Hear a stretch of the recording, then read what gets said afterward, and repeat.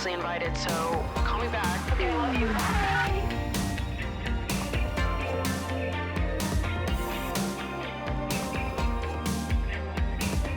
Hello, everybody, and welcome back to another episode of Emotionally Online with your host, Maddie Drosbeck.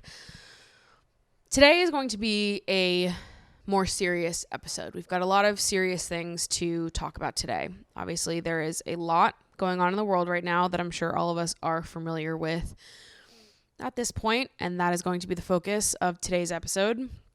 If you're familiar with the format of this show, how I've been doing it, usually the first half, I talk about whatever it is that I want to talk about, whatever the main subject of the episode is. And then the second half, I talk about whatever happened on Love Island that week and do a little recap. So this week, there will be no Love Island recap. I don't feel like talking about Love Island this week, and I also don't think that it's appropriate. I think that we should just focus on this one big major topic at hand. So next week, I'm going to be recapping week 3 and week 4 of Love Island. We'll do a big recap. We'll have a great time. But this week, I just want to focus on the topic at hand. I have an iPad in front of me with a ton of notes. So if you're watching the YouTube version of this and you see me looking down, that's what I'm looking at. I just wrote so much notes for this episode to make sure I hit on everything because there's so much to talk about here. And I want to make sure that I explain all of this accurately and that I say everything that I want to say. So today we're going to be talking about the overturning of Roe v. Wade. If you don't live in the States and you don't know what Roe v. Wade is, basically Roe v. Wade was a Supreme Court decision that happened in the 70s that basically said that the Constitution protected people with uteruses' right to an abortion. So the overturning of this decision puts the choice of whether or not people should have access to abortions back in the hands of each individual state. So for a lot of states, this changes effectively nothing. A lot of states will continue to allow access to abortion. But for a lot of states, this is going to really restrict access to abortion. And not only that, it's going to criminalize abortion so that it becomes a felony to get an abortion and also aid in the access of abortions to others. So this is really fucking bad. This is a hellscape. A lot of us are feeling this. All of us with a heart are feeling this. It's so upsetting. It's fucking infuriating that anyone would think that other people, never mind the fucking government, has more authority over people's bodies than they do, than the individual does. To kick this episode off, I guess, and just put my views out there, let you know where I'm coming from. I'm pro-choice. I am pro-abortion. I think everyone should have the choice to do whatever the fuck they want with their own bodies. I think that everyone should be able to choose when they want to become a parent. I think it's unfucking believable that anybody would not agree with that. I find it so hard to reason with those people and to have productive conversations because I just think they're fucking evil, to be honest. I don't think that people that are pro-life even give a single shit about human life. I think they're just anti-women, anti-people with uteruses. I think they're power hungry and just overall shitty fucking people. And I say I'm pro-abortion because I don't give a fuck what the reason for an abortion is. I don't care. I don't think that people need to trauma dump and share the worst moments of their life in order to justify why they're getting an abortion. I don't think there needs to be a justification for why you're getting an abortion. You don't want to have a kid, you want to get an abortion, I think you should be able to get one. And that's where I sit. So the overturning of Roe v. Wade impacts many Americans' ability to access a safe abortion. So who does this impact? This will impact overwhelmingly people with uteruses in red states. This will impact poor communities, and this will really impact the Black and brown communities, especially in those red states. I think it is really important to highlight the groups and communities that are going to be the most impacted by restricted abortion access, because that's the issue at hand here. That's the focus here, right? We can talk about how the overturning of Roe v. Wade impacts culture and how this decision will have ripple effects that impact all of us and just generally what it feels like to exist as a person with a uterus in a country that fucking hates people with uteruses. I think the general cultural attitude around sex and consent and who's in charge of whose body, that impacts all of us, right? Like this impacts culture. This impacts all of us in some way. Yes, we're all feeling this, but it's important to remain centered on the people that are going to be the most impacted by this decision, which is people with uteruses in red states, poor communities, Black and brown communities. So why will this impact those communities more prevalently? For starters, throw a statistic out there, Black women are 3 to 4 times more likely to die during childbirth. Now, there are many scenarios where an abortion is the only way to save a mother's life. And a lot of these states aren't going to give a single fuck about those things. What this ban looks like is going to look different state to state. Some of these states will allow exceptions when rape or incest occurs. Some of them will allow exceptions when the mother's life is at risk. A lot of them won't, though. And to be fucking honest with you, I don't give a shit about any of that. I don't think that there should be any need for any exceptions. Like, oh, we can do some abortions. No, we need to be able to do all of the abortions. I don't think that the conversation of exceptions should even be had. I think it's just absolutely fucking ridiculous. I don't think any of it matters. I don't think that the only time we should get access to our bodies is when we're experiencing trauma. Like I said earlier, I don't care what your reason is for getting an abortion. I believe in your right to have one. But it is worth noting that Black and brown women are already more likely to be discriminated against in doctors' offices, to not have their needs and concerns listened to and experience death in childbirth. They're already more likely to experience that than people like me. So this decision is just going to make what is already bad so much fucking worse. Additionally, let's think about situations where people are getting caught and charged criminally in court for getting an abortion or aiding in access to abortions. Do you really believe that the white women are going to be the ones overwhelmingly thrown in jail for getting abortions? Let's be honest. Do you think it's the white women that are going to be thrown in jail? Or do you think they're going to be the ones slapped with fines, maybe given a little bit of jail time, and they're going to be overwhelmingly charging Black and brown women for getting an abortion? If we know anything about this country and our court and prison system, we know that it is not going to be in the favor of Black and brown women. So how did this happen? This happened because we in the States have a completely broken political system. Our Supreme Court is made up of 9 people that were not voted in by the general public. They were selected by presidents that oftentimes did not even win the popular vote. So these are not people that represent the majority of Americans. These are people that were selected by a president that not everyone likes, and just thrown in. And then now our laws and the right to our bodies is controlled by these 9 people that most of us don't fucking like, have never fucking liked, and never would have chosen to be on the fucking Supreme Court. So of the 9 people on the Supreme Court, 5 of them voted for this. The decision to overturn Roe v. Wade and restrict access to abortion was made by 5 people. 5 people did this. That's broken. That shouldn't be able to happen. At this point, the Supreme Court is no better than an extremist Christian cult. These are not people that represent the majority of Americans or that even give a single fuck about representing the majority of Americans or the greater good in any way. These are people with personal agendas. And they're just going to enact whatever the fuck they want and whatever they think is best. These people do not give a single fuck about the people who live in this country.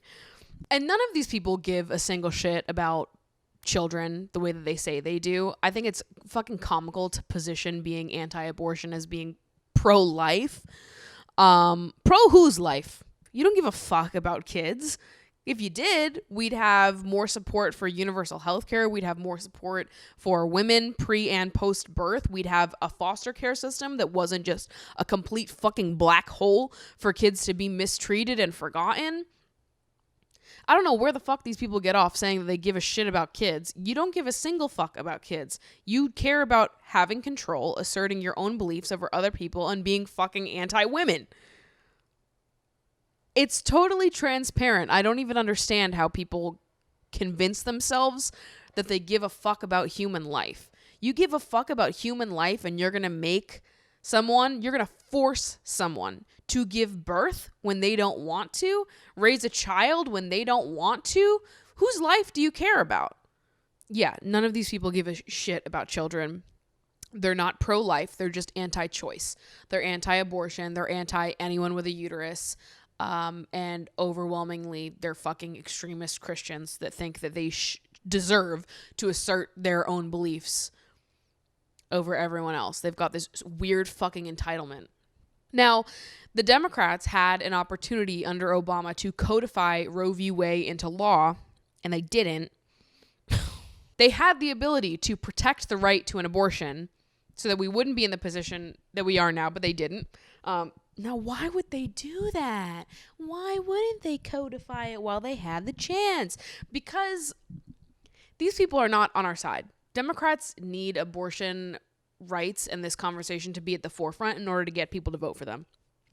Because Democrats are so overwhelmingly disappointing and do absolute jack shit to follow up on the promises that they throw out there when they're campaigning. People have totally lost hope in their ability to do fucking anything. And at the end of the day, they're all capitalists before they are human beings with empathy and with a heart. People in politics are so unbelievably corrupt, and most of them, as I've said many times before, do not give a single shit about us. This is driven by capitalism at the end of the day.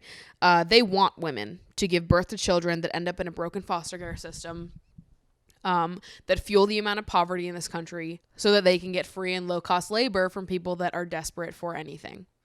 They gain next to nothing in helping us. And they gain a lot by not. So,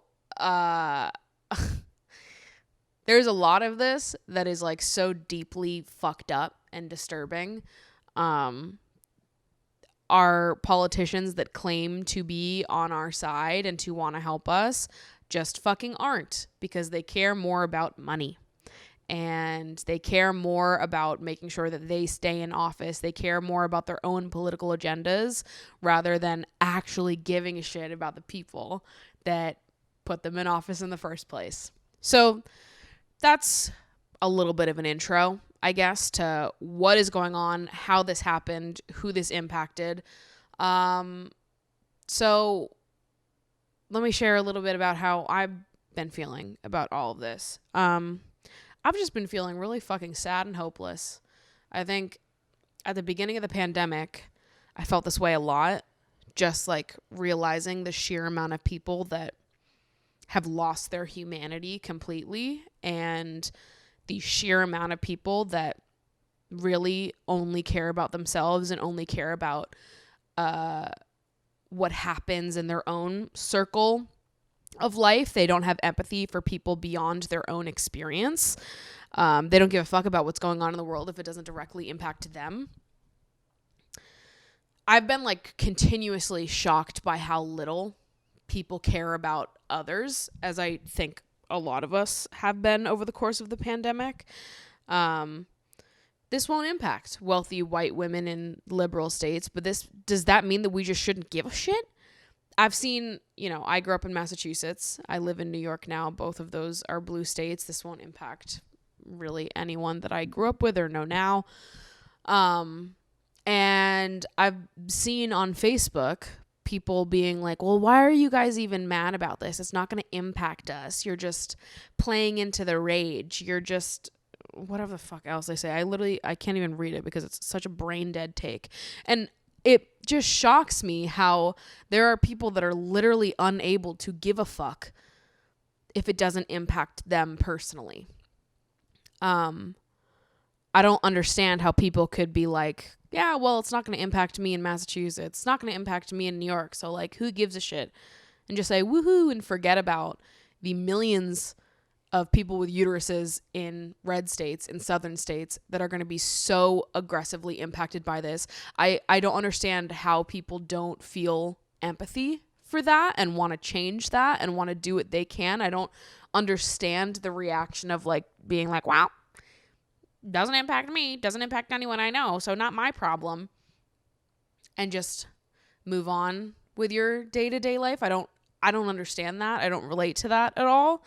And I think those are the same people that give those like absolutely ridiculous solutions of, oh, if you want an abortion, just like move to a blue state, just leave your red state. Your state sucks. Just move to New York, move to Massachusetts. Which is like a ridiculous solution, telling someone to uproot their entire lives in order to protect themselves from this, to be like, yeah, fuck you and your whole life. And also, I'm assuming that you even have the money to uproot your whole life and move to a blue state, or that you even want to. You know, people are allowed to want to stay where they grew up and stay where they are and be able to live and be treated with respect like a normal fucking person. You shouldn't tell anyone that, oh, just move to a blue state. It's just like a ridiculous way to think, and it blows my mind how little people care about each other. I try my best to be an optimist and to focus on the people who do care, but in moments like this, it feels so overwhelming. Like the amount of people who don't feel so overwhelming. I still want to believe that the majority of people do, and it makes me feel hopeful when I see other people talking about this and saying, like, you know, just remember that this feels like a fucking shithole, and it feels unbelievable and so sad that something like this could even happen. It starts to feel like it's like the only way this could happen is if the majority of people felt like this and thought like this. And I think sometimes we do need to be reminded that like five fucking people made this decision, and the vast majority of this country, at least I hope, doesn't think like this, doesn't believe things like this, though it does feel fucking so overwhelming with the amount of people that do. And I think there's another aspect to it that the more I think about it, the more defeating it starts to feel. And bear with me because this might seem like a big circle, but another reason that it starts to feel more defeating to me is because I feel like there's often this idea in liberal communities and spaces that you can be one of the good ones, and that this kind of evil that leads to an abortion ban is something that's restricted to old white conservative men in southern states, and we just don't know anything about that up here, and it's just not true. And I think this is beyond just the decision to ban abortion. I think this is connected to so many other things and exposes so many other things. This is connected to our treatment of Black and brown women, to our treatment of poor people, to our cultural attitudes around sex and consent, and how we continue to fail our children by not offering them access to comprehensive sex education programs. I've been thinking a lot about sex ed and how the failure to provide sex ed is killing us. I've had many bad experiences in sex with men. I have been assaulted. I have had men beg me to let them have sex with me without a condom. I've had men not ask and just go in without a condom. I've had men bite me to the point of bleeding without asking. I've had my boundaries and consent violated many times, particularly when I was young and was having sex for the first time with people that I trusted, and believed that they cared for me and that had my best interest at heart. I believed that they did at the time. A lot of these things were violations of boundaries and consent that I didn't even realize until afterwards. Our culture around sex and pleasure prioritizes the entitlement of men. It contributes to rape culture, and it actively aids in creating a world where something like this can even happen in the first place. I think what's really been getting me upset is like thinking about the 17 and 18-year-old girls that this abortion ban is going to impact. The 17 and 18-year-old girls that are going to experience the same exact things that me and my friends did, but they'll get pregnant and they'll have no way out of that. I think about like the 17, 18-year-old girl who's just met this guy and he seems so sweet and so nice and he seems to really care about her. So she trusts him and he begs and begs her to have sex without a condom on. says that it doesn't feel as good if he doesn't do it like that, and that she should want to make him feel good, right? Does that whole thing. So she agrees because she trusts him. And then she gets pregnant, and he doesn't give a fuck. He doesn't have to experience that. You'll never have to experience what it feels like, the waiting after having sex and then just having to wait for your period to make sure. I think often about how like men can have sex and just walk away from it. Next day, not think about it. And if you are someone with a uterus, you have sex, and that's just when the thinking begins. You wait to get your period, the anxiety that comes with that. You miss it. You take the pregnancy test, you're waiting for something to show up. And let's say this 18-year-old girl gets pregnant and he doesn't give a shit because it's not impacting him. It's not his body that's under fucking attack. To feel like you're not in control of what's growing inside your own body is fucking terrifying, especially as a fucking 18-year-old. And these girls are not going to have access to abortions. And they're going to be criminally charged if they get caught trying to get one safely. So they'll either attempt to have an abortion in an unsafe way, or maybe they won't attempt at all. Maybe they'll just give up. I get so sad thinking about the girls that will be coerced into sex by people they trust and then get pregnant and have no way out of that. She believed that she could trust him and that he was one of the good ones. And now she's the one that's going to have to deal with this, that's going to have to figure this out. Those are the people that my heart fucking breaks for. That's what gets me the most fucking sad.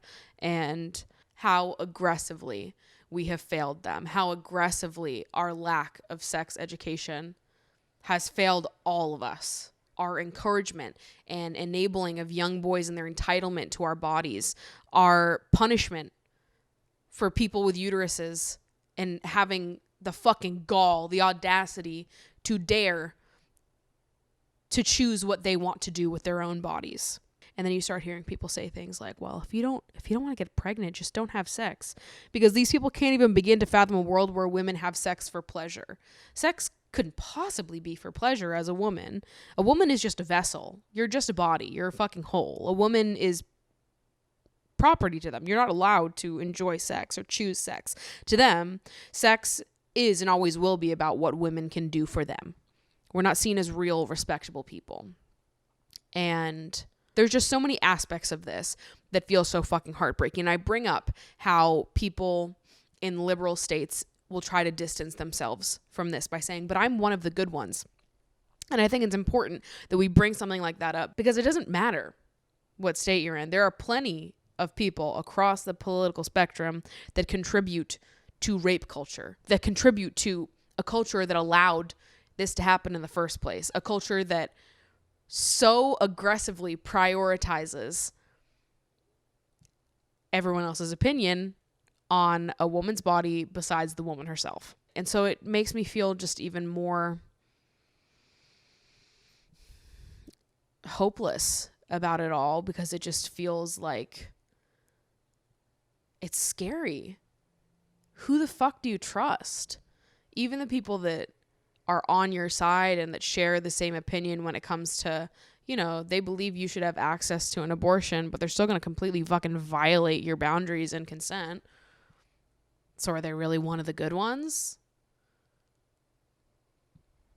It's impossible to know. And it feels so scary not being able to tell, like, who you can actually trust gives a fuck about you and your body.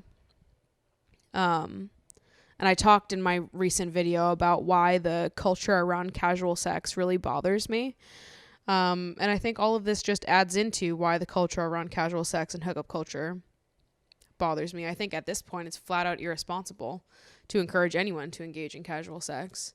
I think that our culture around casual sex and hookup culture already has become way too fucking casual. I think that, you know, I experienced a lot of negativity. I feel like I was really negatively impacted by hookup culture when I was in college. And I think a large part of that is because when I was introduced to casual sex, I was introduced to it as, you know, casual sex equals you guys care about each other less. You're less emotionally invested. You don't talk about feelings. You don't care about each other's feelings. You freak the fuck out the second that anyone expresses feelings. I was thinking about this more because I saw TikTok a few days ago, a week ago at this point maybe, where some guy was like, you know, it's just a fake back and forth conversation about a woman and a man in a fake casual sex friends with benefits type situation, and she opens up to him about having feelings, and he goes like, he loses all emotion in his face. And that's the TikTok. And I saw it and was like, how fucking absolutely vile do you have to be to make something like this? The idea that casual sex requires people to totally disconnect from their emotions is just fucking wrong. It's just wrong. You shouldn't be treating other people like that. I don't give a fuck. Having casual sex just means that you're not in a committed relationship with someone. It doesn't mean that you don't see them as a real fucking person. It doesn't mean that you don't treat them with kindness and respect and give a shit about their emotions. Like, it is just, it makes me so mad, this like culture that we have around sex and how just awful people are to each other and how entitled they are to each other's bodies. Like, it's just so disgusting. And that's not how we should treat each other. That's not how we should speak to each other about sex and about our bodies. And I was saying in the video about how I've talked in dating videos that I've done on my channel about how I'm not interested in casual sex. And there's part of that is like, you know, the emotional aspect of like, I'm more interested in a serious partner right now. I'm emotionally looking for that. Not interested in anything casual, but there's also all of the other aspects of it. Worrying about pregnancy, worrying about STDs, worrying about vaginal infections because your partner doesn't wash their fucking hands before touching you. There's already so much that people with uteruses have to think about just on a body level, not even beginning to talk about the emotional level when it comes to having sex. I think it's fucking straight up irresponsible to be telling people that they should be having casual sex, to have casual sex as like a prerequisite to experiencing college life. I think it's fucking irresponsible. And I think it's irresponsible how we continue to let hookup culture and casual sex be talked about and seen as something you can do without care or without thinking. I think there are ways to have completely healthy casual sex and to have partners that you have, you know, regular casual sex with, but you still give a shit about those people. And the thing is that you talk to anybody who is like involved in the kink community, the BDSM community, there is such an understanding within groups of people like that of like how to take care of each other, how to look out for each other, how to have healthy partners that are casual in that way. But most, you know, your average fucking frat guy in college does not give a single fuck about that, has no idea, has just sees casual sex as something that they are entitled to. It makes me fucking ill. It makes me absolutely fucking sick because especially now living in a world where we have an abortion ban present and we have this entire culture around sex and consent that is so like completely corrupted and fucked up. And it's made worse by the fact that we don't have access to sex education and nobody wants to talk about sex. And so we don't have these conversations, and people grow up learning from their fucking weirdo cousin and fucking incels on the internet how to think about women and how to see sex. It's so overwhelming because it feels like what can we do?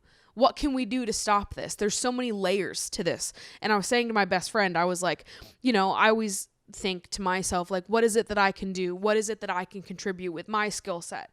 And to me, looking at this and like this larger situation, how you can help in the long term, for me, I look at myself and I'm like, I feel like a great way that I can contribute in the long term is to continue making more sex education content on the internet. I have a knack for making videos I'm comfortable being on camera. I'm comfortable speaking, and I'm comfortable having these kinds of conversations. They're important to have. It's important to get that information out there. So it's important for me to continue doing that, to continue making more content about sex education and doing what I can to make that information more accessible to people who don't have access to sex ed programs. But even that starts to feel kind of hopeless in and of itself, because I'm like, yeah, that's what I have been doing. That's what so many of us have been doing. And yeah, I don't know. It's like you're able to impact people on an individual level, but how do we make big, wide scale changes to the way that we see and think and talk about sex to each other and on a larger scale? You know, we can talk about like the individual going back and forth with people, you know, the relationships that you make, how you experience and talk about sex within your partnerships, within your friends, within your family. And then it goes up and out, and it keeps going up and out until we get to talking about things like an abortion ban and having conversations about sex with the fucking government. I hope everything that I'm saying is making sense. I wrote a lot of notes to try to keep myself fucking on the rails here. We can talk about the overturning of Roe v. Wade, what it is, who it impacts, what it means, how I feel, but I think there's larger things to talk about here of like how we fucking got here in the first place and what our culture and attitudes towards sex and consent have to do with this, and what we need to be doing to change our attitudes towards sex and consent and how we educate people on these topics. We'll continue to talk about this as things progress and more things pop up. Obviously, this is an ongoing conversation, but for everyone watching this, for everyone who consumes my content, watches my videos, please know that I am on your team. I am pro-choice. I am pro-abortion. I will always support your right to getting an abortion, always. And my channel, my content will always be a safe space for you, always. I'm going to link a ton of resources in the description of the YouTube version of this podcast, links to abortion funds in states that are going to need our support the most, where to reach out to if you are in one of those states and you are in need of an abortion. I think I've seen, a lot of people online offering up their own homes, and as sweet of a gesture as that is, there are people that have been working and organizing in the abortion space for a lot longer, and I want everyone to remain safe and to be able to access abortions as safely as possible. So there are groups and communities, organizations that you should be going through in order to get access to an abortion. Don't just hit up someone random on Instagram and ask them to help you, even if they've offered it. There are organizations that vet people and that will make sure you are connecting only with people that are genuinely on your team, and are safe for you to be around. I will also be linking below some resources for how to get birth control if that is something that you're interested in. I work with Favor on my YouTube channel pretty frequently, which is a birth control delivery subscription service. I have a code with them, so I'll have a link for them down below if you're interested in getting birth control for yourself. This has been a really hard week for a lot of us, and I know that we're all feeling that to some degree. Right now, a lot of people are really scared right now. And I just want to remind you all before the end of this episode to please take care of yourself, to take time away. I know that right now it feels like gotta read everything, gotta stay connected, gotta stay on top of it all, gotta read, consume, and suck in as much content about this online as possible. It feels like our duty to do that, but we also need to be taking care of ourselves and of each other, and it is really fucking hard to consume trauma porn all day, every day. This is a fucking awful situation, especially if you are in the demographic of people that this is going to impact the most. So please be taking care of yourself. Take time offline away from this, because we need you at your best. We need your support. We need your voice. So be sure to take care of yourself and to take time away when you need it. So I love you all so much. I'm sending you all the love in the entire fucking world. And I'm on your team and always will be. So thank you so much for listening to this episode of Emotionally Online. Next week, we're going to focus on having some fun, doing something lighthearted, and talking about Love Island. So I love you guys so much again, and I'll see you next week for another episode.